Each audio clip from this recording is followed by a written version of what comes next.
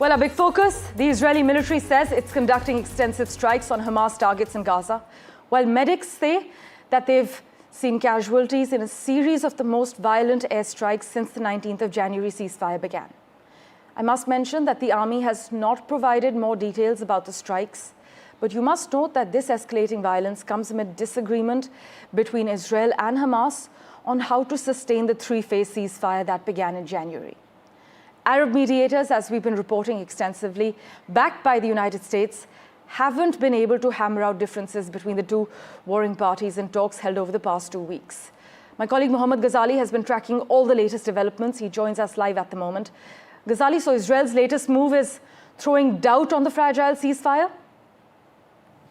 See, the ceasefire was never a fragile one, and we saw that even since January 17, when the ceasefire was achieved, Israel has been conducting ground invasion as well as aerial strikes in Gaza. And today, just around midnight, Israeli Prime Minister issued a statement saying that they are sort of getting over the ceasefire now. They are getting over, and they are launching aerial strikes in Gaza.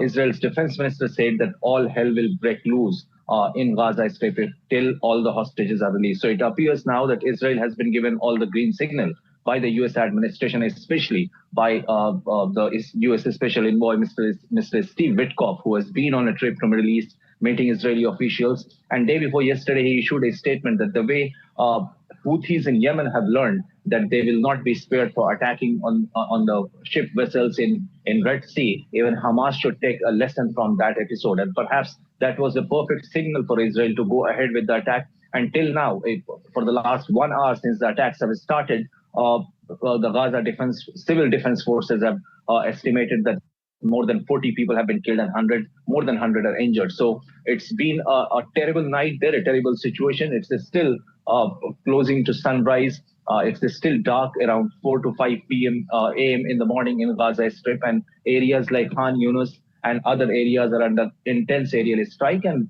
visuals coming out of Gaza Strip show that women, children, elderly people have been killed in the aerial strike till now. Now, we don't know when whether Israel and Hamas will yet again sit for negotiations and talks or not, because these aerial strikes are aimed at getting the hostages alive from the Gaza Strip, as per Israeli Prime Minister, because he said that the main objective of this entire aerial strike is to get the hostages alive from the Gaza Strip and also dismantle Hamas. He blamed Hamas for reneging on the ceasefire, but facts confirm that even when the first phase of ceasefire deal was over, Israel wanted to stretch it. One of the primary conditions of the first phase of ceasefire deal was that Israel will have to withdraw its troops from Philadelphia corridor, which Israel never did that. It has never pulled out all its troops from the Gaza Strip. It still has some security enclave built inside the Gaza Strip, and that is why this ceasefire could not work.